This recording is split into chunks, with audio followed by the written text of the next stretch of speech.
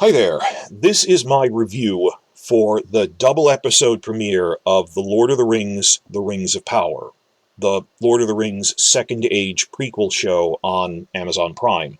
The way I'm going to do this is I'm going to start with an overview section about general things they're doing in terms of the style, visually, music, with the cast, how they're approaching the tone of everything.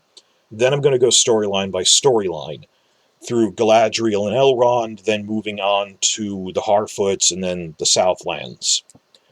To start with, this is better than I thought it would be, though for me that isn't too drastic, because I've always had kind of a measured response to this.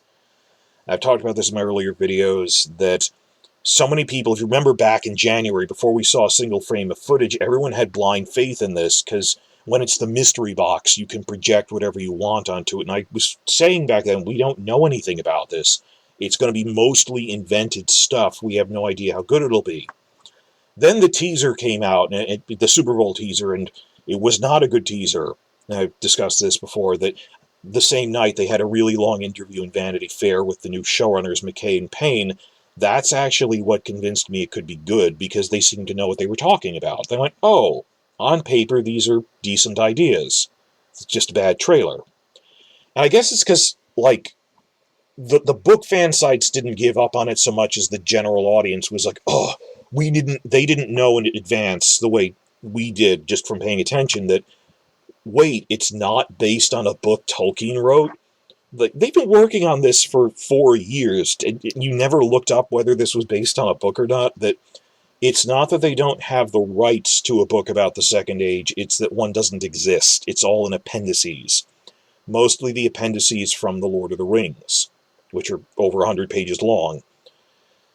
They don't have the rights to the Silmarillion, which is about the First Age. This is the Second Age, though it has a long Silmarillion appendix called the Akalabeth about Numenor. And Unfinished Tales. I'm holding my copy of Unfinished Tales here because I was rereading a section about Numenor, and it has a list of Numenor's kings and a brief overview. That's appendices stuff, and it's mostly about Numenor anyway. In terms of details about what was Elrond doing, nothing exists, whether you have the rights to it or not. I knew they'd have to invent a lot of storylines for this, invent a lot of characters, because it's an outline. There isn't even dialogue for almost all of this.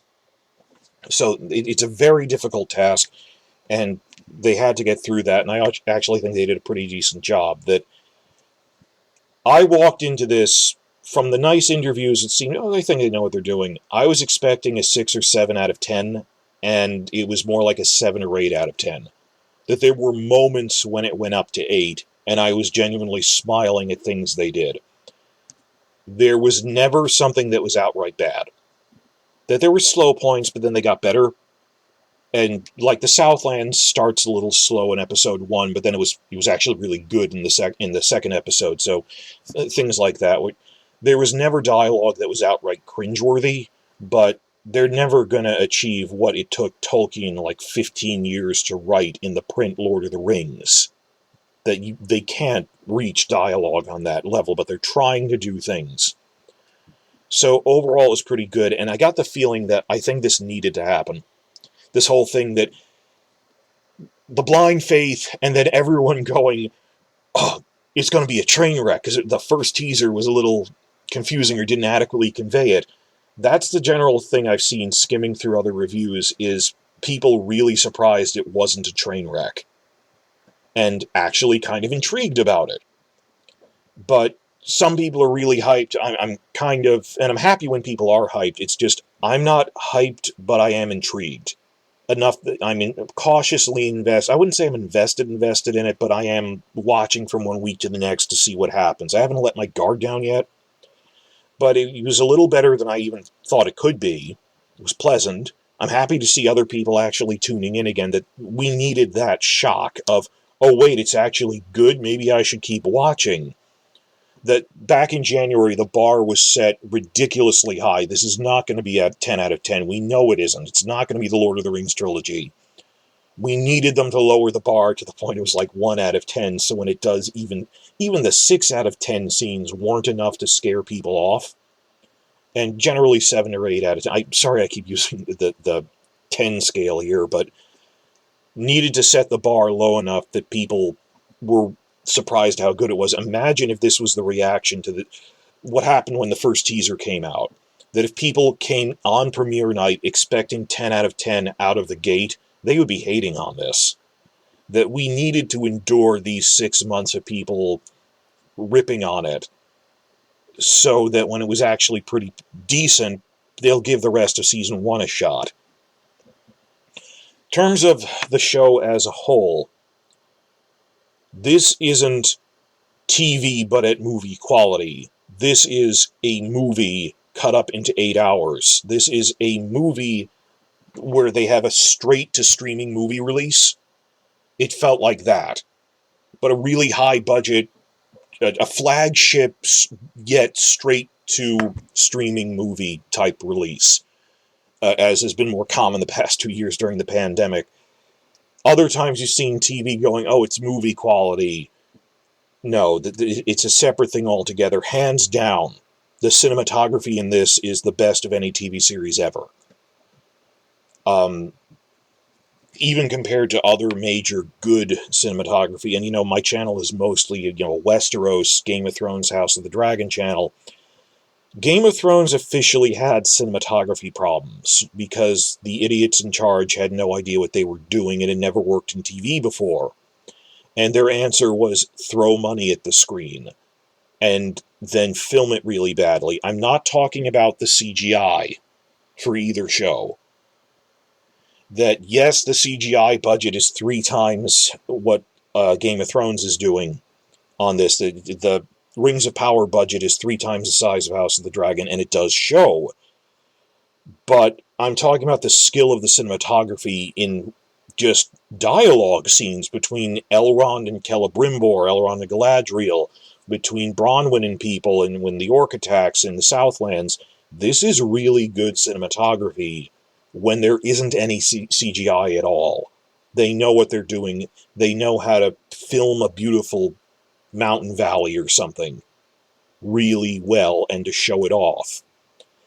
Game of Thrones thought, and this, I'm upset that this duped so many people, look how expensive all the stuff on screen is. They actually hired 70 horses and stunt riders, or they hired 300 stuntmen to be whites when they could have easily done that as CGI. People weren't impressed by how much money they were throwing at the screen, and I'm going like, but the camera isn't moving around, it's not using wide shots, this isn't movie quality, this isn't what movies look like. It's a really expensive, there's a difference between a really expensive TV show with a high budget, and we got actual film directors who know how to use cinematography and freely move around and plan out the shots. Comparison, I don't blame Peter Jackson for how rushed the Hobbit trilogy was, and I think he still managed to crank out some pretty decent movies. There's obviously the parts where the studio is interfering were bad, I just skipped those. But the thing Jackson said of, because I came in at the last minute after Del Toro pulled out, I didn't have as much time to pre-viz every cinematography shot, which you need to do. So the camera work in the Hobbit trilogy was presentable and at times good, but you got the feeling that if he had 2 or 3 years to plan it out as he did every shot storyboarding Lord of the Rings, he could have done a lot better. That it takes time, that you have to storyboard out every single thing the camera does, because that is part of the art of filmmaking, the visual camera work. Rings of Power felt like someone spent 4 years storyboarding the camera shots. That it felt like there was artistic intention behind the camera. So there is no comparison. The camera work on this is beautiful. Even when there isn't CGI, even when there isn't expensive stuff on screen, even when it's just the Harfoots, this is beautiful camera work. Game of Thrones franchise was left in a very deep hole. It's not that it was, even compared, this was officially bad cinematography compared to other shows like The Witcher or Wheel of Time or other things.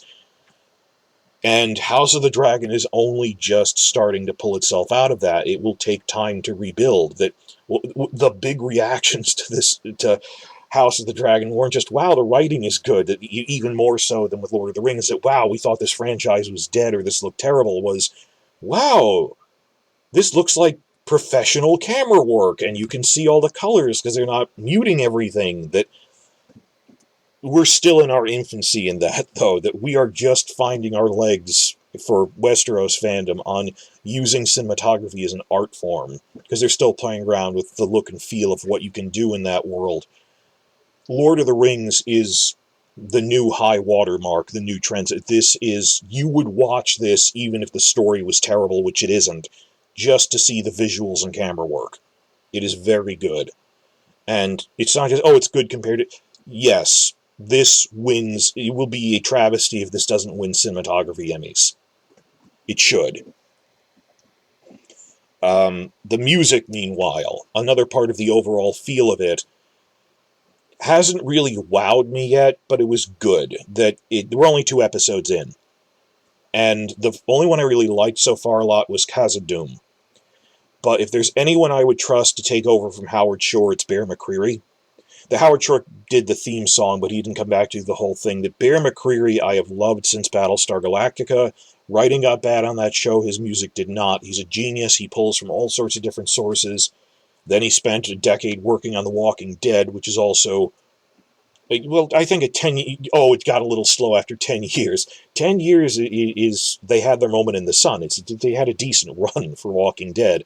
That's nothing to be ashamed of, and they're spinning off and other things. But that his music for making character themes and things, he was very good at that too. He's very experienced.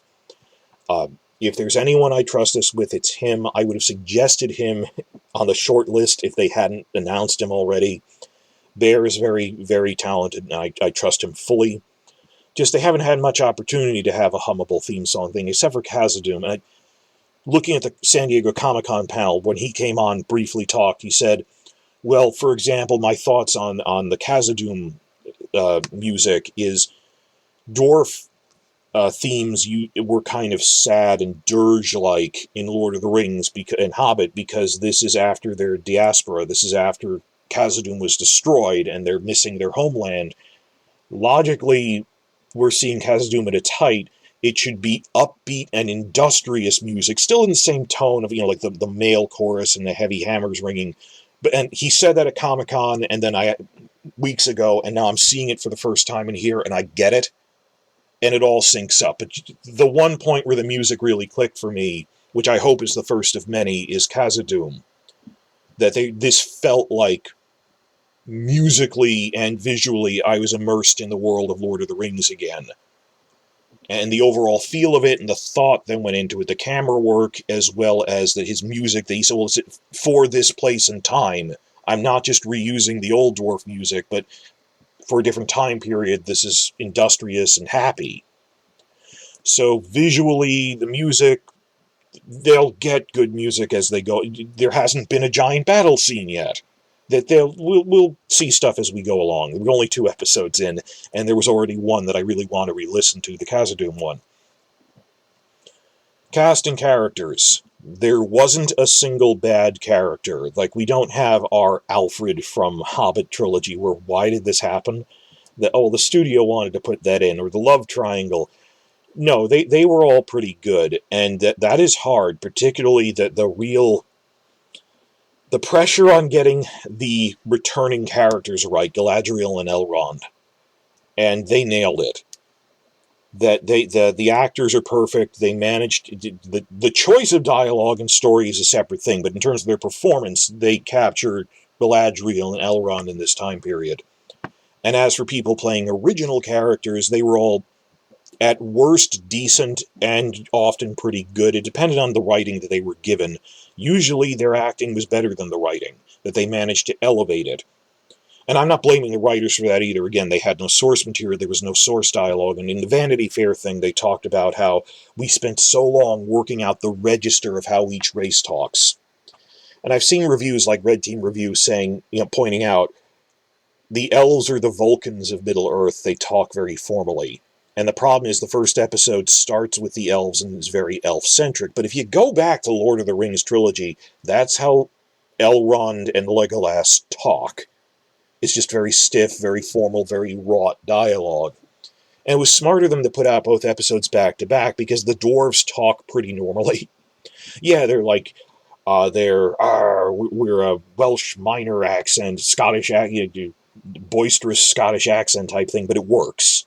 They talk a lot more like normal people. That Bronwyn and the humans in the South talk pretty normally. They're not like Cockney accents. The Harfoots, they said they've given each accents the Irish accents to show how close to the earth they are. Like, other than the elves, everyone else talks pretty normally. The elves talk formally, but they're supposed to. And the overall thing is there wasn't really very quotable dialogue.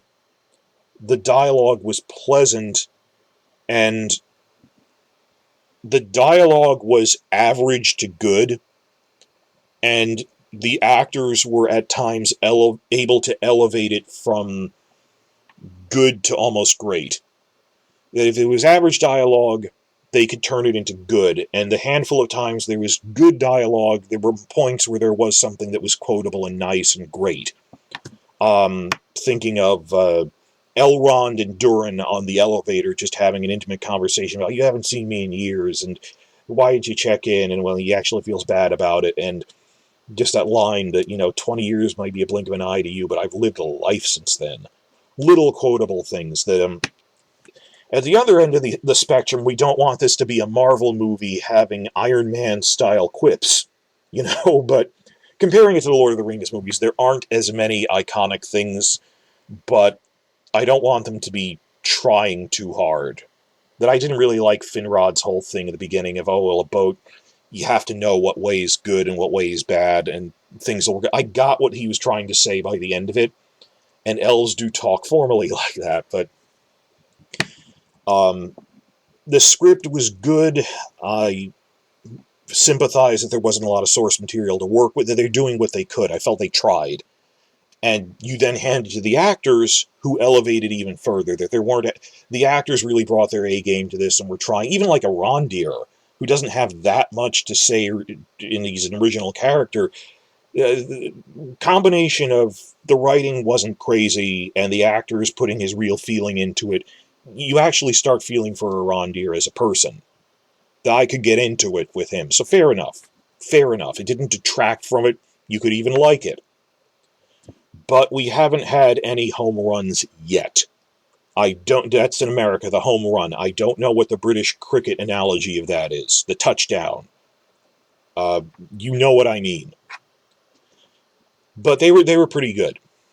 The other thing I'll note, dialogue-wise, is the regular cast, this is with elves. With Harfoots, with dwarves, this wasn't an issue, that they talk very formally, the elves. Regular cast members who have had more experience, obviously, because they were on this longer, working with elvish, heavy, wrought dialogue, were able to do it better. That Morfydd Clark, Galadriel, has some really stiff, really formal dialogue that the actress manages to convey very well with emotion. It could sound silly, and it doesn't. Similarly, Elrond, Gil-galad, even Celebrimbor. They know how to talk like an elf, but still add nuance and feeling to someone who, again, like Spock on Star Trek, could very easily be parody, but in the hands of a good actor, there have been 3 now, managed to convey the subtle nuances of his feeling in it. But when you shift to like Elfguard number 1, who happens to have a speaking line, they come off as sounding kind of silly because they're not as experienced at it. That makes sense. That even a Rondir, who is an original character, because that actor is in every episode, he handles the heavy stiff elf dialogue a lot better than Elf number 2 in the same set of scenes. But that's just because elves are hard to write for. But generally, if it was like a scene between Galadriel and Elrond, or a scene between Galadriel and Gil-galad, it worked fine. The actors were experienced enough being in elf mode that they managed to sell it. Let's see, I went through the visuals, the copyright stuff. Another thing is, as other reviews have pointed out, I'm really happy they frequently use maps to show where people are going, like in the middle of the episode. Game of Thrones had a map at the beginning of the episode, and people might forget that they use it as a transition. Not an Indiana Jones transition. They don't have a dot moving on the map, but they have the camera swivel to, this is Linden. Now this is Rovanian, which is the wilderness south of Mirkwood, where the Harfoots are. You need that. I would have told them to do that if they weren't doing it. It is vital. It's great that they didn't just put it in the intro, but that it is frequently reusing just to orient people, because people would be lost without a map. I mean, they try to show maps in the Lord of the Rings movies, like at the beginning, but I don't know how much people who saw the movies cold without a map in hand could internalize that. I mean, the extended editions are smart enough to come with, when the DVD sets came out, they had maps right in the front, printed on the hardcover, with a dotted line showing where everyone is going throughout the movie. If you're someone who actually got the DVD sets and wasn't just watching it cold in a movie theater. And I worry about that. Would casual viewers pick up on that? But it's a movie. They can Google it after they're done. But for a long-form TV show, switching between, particularly because you're following the Fellowship most of the time as one group, and even then it splits between just Frodo and Sam and Aragorn and everyone generally. This is people in different parts of the continent who are not interacting with each other. Like, how the hell would people know where the Harfoots are unless they put a map on screen? So that was smart. They were right to do that. And so much of Tolkien's world is he knew how to draw a map. The maps are the ones he drew by hand over many years. I heard something like Karen Wynne Fonstad in Atlas of Middle-earth said that, I think it was her, said his maps sing to us. That he knew how to make a map that you want to feel sucked into. Because he could plan out, and he planned out like how the hills go according to weathering and stuff. The world building he did was amazing. So, in terms of the cinematography, visuals, tone, the way people talk, that elves are supposed to talk like that, and we'd be upset if they didn't. They talk about it a lot in the Vanity Fair thing. I get that. That overall, it was never bad. At points, things were even elevated, and I will discuss that.